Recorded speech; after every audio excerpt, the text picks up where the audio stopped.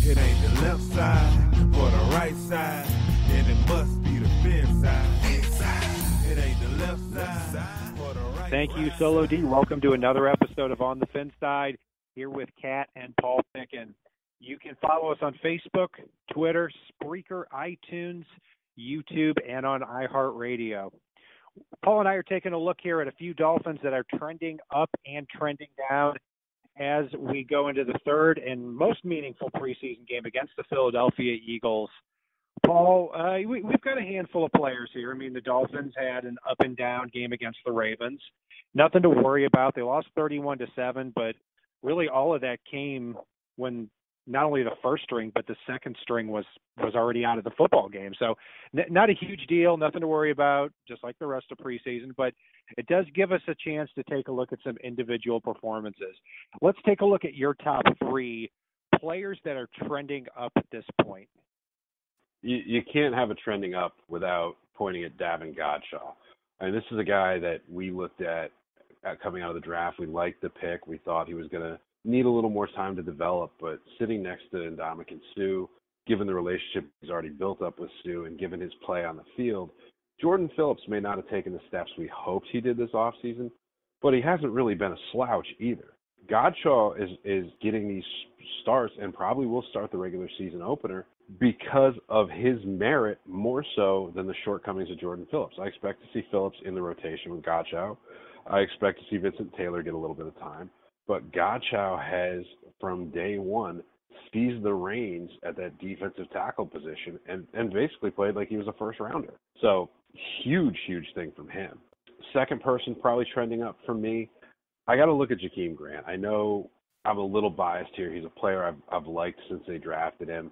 We didn't get to see him in the receiving game very much last season at all. We didn't get to see him on offense very much at all last season. But in this preseason, he's gotten in there on offense, hasn't had huge totals, but no one does in preseason games typically. And he's shown the propensity to go up and catch Devontae Parker height footballs. He's catching everything thrown his way pretty much and really shown that he can possibly be a weapon in the receiving game, in addition to if he can get the fumbles under control in the return game. So huge kudos to him for what he's done this offseason, for seizing that opportunity when he's had the chance and really shown a little bit as a wide receiver at a very deep position, standing out and saying, I belong here. He even led the team out of the tunnel for one of the games. So good on him with that. Third one trending up, there's a lot of people we really could consider here. There's a number of people along the offensive line. There's a number of guys in the receiving corps. Devontae Parker and Kenny Stills have both shown a really good rapport with Jay Cutler. But for me, I've got to go with Isaac Asiata. He was a guy that looked pretty lost at the start of training camp, seemed overwhelmed, didn't seem like he was going to be the player that we hoped he could be. And then all of a sudden, it's like that light switch clicked for the guy in the second preseason game. And he started making a lot of plays, showing a lot of really good awareness, and showing that he belongs. So if they do bring Ted Larson back from injured reserve this season, because I know he is designated where he can return, there may not be that starting role for him that the Dolphins had envisioned when they signed him. Asiata may solidify that left guard position, at which point there is no contest when he comes back. Yeah, it's interesting that Jesse Davis seems to be the front runner in that left guard role and not Isaac Asiata because, Paul, we've watched the same game, and Asiata seems to be every game just destroying people up front, especially in the run game. I mean, you look at Sonoris Perry's touchdown run, the first score of the game against the Ravens. Asiata, I posted on Twitter, that he was the one throwing those key blocks. Jesse Davis, meanwhile, in the first 8 snaps of the game for the Miami Dolphins, he whiffed on 3 of those 8 blocks. And he's got to be playing much better during the week because right now, during the preseason games, I'm not seeing why Davis is being considered for this job and Asiata isn't. That's fair. So who are your 3 here? One, I think, is continuing to trend upward. Number 1 is Eric Smith, the offensive tackle, undrafted. This is a player who Pro Football Focus had a 5th-round grade on. And when the Dolphins picked him up as an undrafted free agent earlier in the offseason, he was a player that I really had pigeonholed as somebody who I thought would make the team. I think he looks the part. He's got long arms. I think he needs to play with a little bit more balance. But I think once he starts doing that, he could be that third tackle for the Dolphins long term, because Sam Young is really struggling right now, even though he's played a lot more regular season games than Eric Smith has, obviously. So Eric Smith's my number one. Number two, someone that we haven't talked a whole heck of a lot about preseason, is William Hayes. I've been very impressed with what I've seen with Hayes so far. I mean, he's an edge setter. He sets constant pressure. And I thought in this past preseason game, he didn't get any sacks, but he was in there on just about every play. It allows the Dolphins to really take their time a lot more in developing Charles Harris as that fourth defensive end. Finally, I'm going to go with somebody I've really not liked for a while here. Terrence Fede is started to look pretty good here over the last couple of preseason games. I think he's playing with a lot more power. But then again, this August has always been the month of Terrence Fede. So, I guess a few other players that stick out are that we've mentioned. I think everyone at cornerback had a good game for the Dolphins. Byron Maxwell forces 2 fumbles. Xavier Howard plays great with the ball over his head, makes a very nice interception. Cornerback just really seemed to be on fire in that last preseason game against the Ravens. Yeah, I completely agree with you on that. It's really the corners in that game definitely were overmatching the receivers. And unfortunately, the Dolphins weren't able to come up with some of those forced fumbles from Maxwell. Otherwise, that really could have been a big tide turner for this team. So, Paul, who are your 3 that are trending down at this point in the offseason? I'm actually going to start with 2 guys at the same position.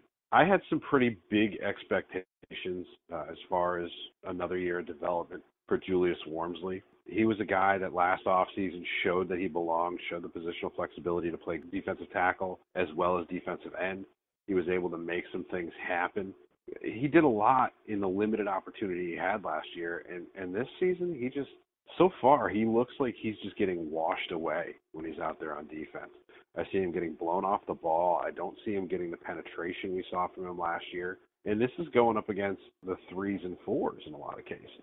The other guy that I'm going to throw right back under the bus with him, and granted, he's a guy I was never high on, but I know the team has shown at least lukewarm praise for the kid, Nick Williams.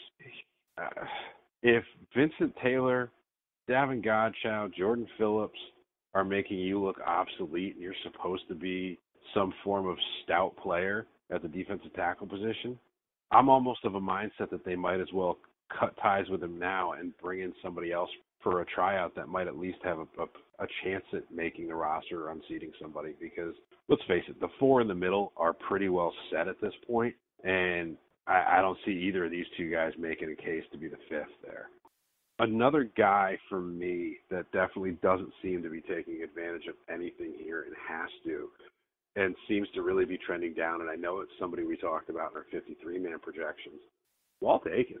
He moved back to corner where he was supposed to be decent, which surprised me a little bit because the numbers game at corners we've already touched on here in a previous episode. Supposedly he was more comfortable there, but I almost think he looks even worse at corner. The guy's purely a special teamer, and unfortunately Miami has a bunch of very decent or good special teamers that he's not even outplaying them at this point. So Aikens might be a guy that had a lot of upside a couple of years ago, but just looks overwhelmed out there at times now. I don't know. What are your thoughts there, and what do you have for your 3?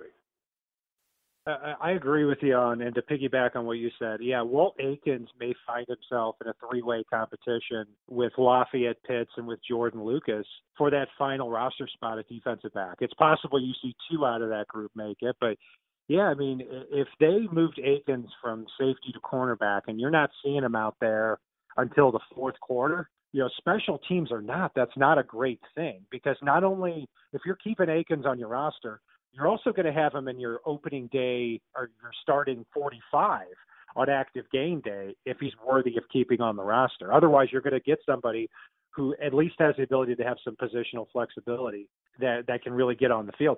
And on defensive tackle, I'm with you. I don't see any way at this point that Vincent Taylor doesn't make the team over Nick Williams and Julius Wormsley. I was high on Wormsley too, but I don't know, that injury must have done something to him because he's really not there. The three that stick out for me, number one, I was starting to really come along on Dion Lacey after our show last week. I did think coming from the CFL, he had some range, he had some speed, but man, oh man, it was not a good day for him against the Ravens. Max Williams, I think, got two players cut, Dion Lacey and Chase Allen. They really, I thought, had a chance to secure that sixth linebacker spot. Both of them didn't do very well. So those are two of mine that really stick out. And I've got to go against Sam Young here with the way he played in the last preseason game. Did not look strong, did not look stout at the point of attack. He had two penalties. At this point, you have to start wondering, does Eric Smith become that third offensive tackle behind Laramie Tunsil and behind Juwan James? So, Paul, we have a lot that are trending up, a lot that are trending down. What are you looking for here in this dress rehearsal against the Philadelphia Eagles? I'm really looking to see a little bit more out of the first team offense in this game against the Eagles. For me, it's a scenario where I want to see Cutler develop that timing we keep hearing about from practice. I want to see a game situation where he's hitting guys like Parker and Stills and Landry. I want to see a little bit more out of Fasano and Julius Thomas and really see what he's able to do with those guys. See a few good connections. Quiet a few people down about, smoking Jay Cutler and his interceptions coming to South Beach. I want to see some good, solid play from the first team offense. I want to see guys that we've talked about here, Jakeem Grant. I want to see him continue to improve in this game. I want to see Godshaw. I want to see Jordan Phillips. I want to see them both do very well in this game and make it an uncomfortable decision for a good reason for Miami and Matt Burke in terms of which one's going to start on that defensive line. Because if they both are playing well, oh no, they're both going to be out on the field for a hell of a lot of snaps this season. So I want to see some of that. I'd like to see Charles Harris take a little more of a step forward because he seems to almost be that forgotten rookie at this point, given the play of some of these other guys. So I'd like to see him kind of get his feet wet, get a sack under his belt against Wentz, and just play some solid football and show why he was the Dolphins' first-round pick.